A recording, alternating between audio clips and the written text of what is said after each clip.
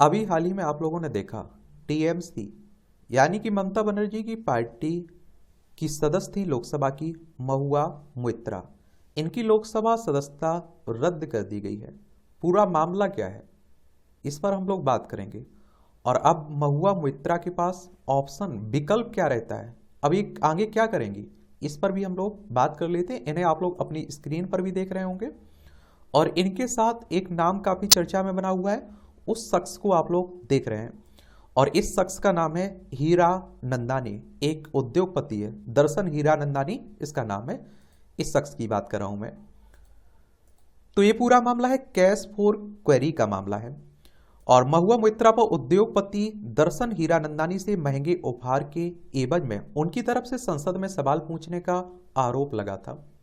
यानी कि आप देखिए, सीधा सा कहने का मतलब है कि इन्होंने दर्शन हीरा नंदानी से पैसे लेकर संसद में उन्होंने जो सवाल पूछने के लिए कहा था वो आप देखिए महुआ मोइत्रा ने पूछे थे। इस तरह का आरोप था इन पर। और इतना ही नहीं, उन पर ये भी आरोप है कि अपनी संसदीय लॉगिन आईडी और पासवर्ड को भी हीरा नंदानी को बता रखा था ताकि वह सीधे सवाल पूछ सके। यानी कि इनका जो आईडी पासवर्ड है वो हीरा नंदानी के पास था, वो वहां से बैठकर आप देखते कि सवाल पूछता था। इस तरह के आरोप लगे हैं इन पर। एक आप देखिए 2005 के एक निर्णय की काफी बात की जा रही है।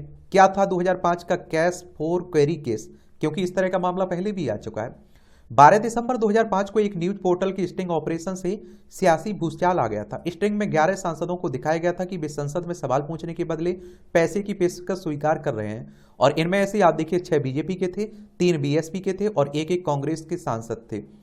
और आप देखिए ये सांसद थे बाईजी महाजन बीजेपी के थे, छतपाल सिंह लोढ़ा ये आप देखिए बीजेपी के थे, अन्ना साहब एम के पाटिल ये बीजेपी के थे, मनोज कुमार आरजेडी के थे, चंद्र प्रताप सिंह बीजेपी के, राम सेवक सिंह कांग्रेस के थे, नरेंद्र सिंह कुशवाहा ये बीएसपी के थे और प्रदीप गांधी ये बीजेपी के थे, सुरेश चंदेल बीजेपी के, लालचंद कोल बीएसपी के और राजा रामपाल बीएसपी के थे।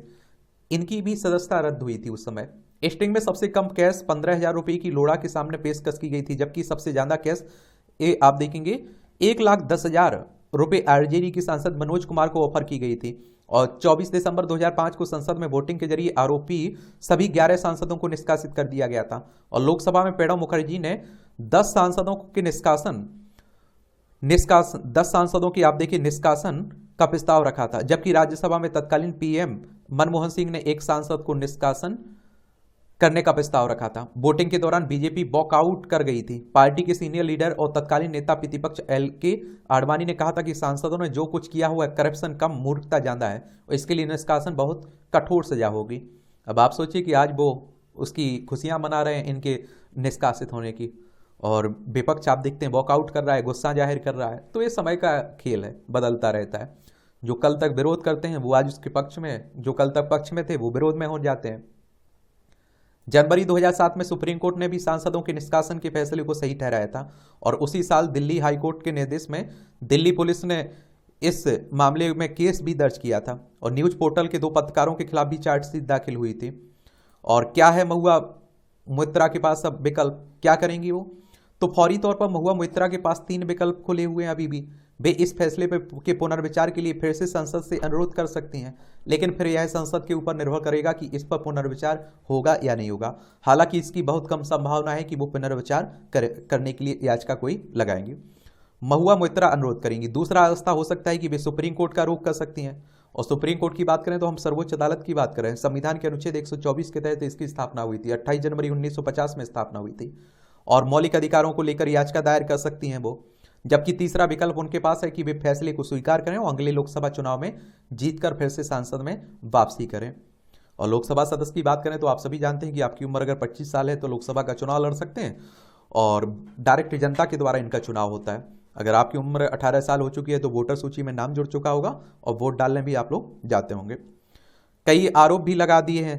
अब देखना यह होगा कि महुआ मोइत्रा का कौन सा विकल्प अपनाती हैं। हालांकि फैसले के बाद सरकार पर काफी वो नाराज भी रही, उन्होंने काफी तीखी टिप्पणियां भी की हैं। महुआ ने कहा कि इन्हें आचार संहिता के उल्लंघन का दोषी पाया गया जो अस्तित्व में ही नहीं है। एथिक्स कमेटी इसे उस बात की सजा दे रही है जो लोकसभा में सामान्य और स्वीकृत है, साथ ही जिसे प्रोत्साहित किया गया है। उन्होंने यह भी कहा कि कैश या गिफ्ट का कोई सबूत नहीं है। एथिक्स कमेटी ने मुद्दे की जड़ तक पहुंचने बिना इन्हें दोषी ठहराने का फैसला किया है। ये कौन कह रहा है? महुआ मोइत्रा कह रही हैं ये बातें सब। तो यही पूरा मामला है कैश फॉर क्वेरी का मामला और इनकी सदस्यता रद्द होने का।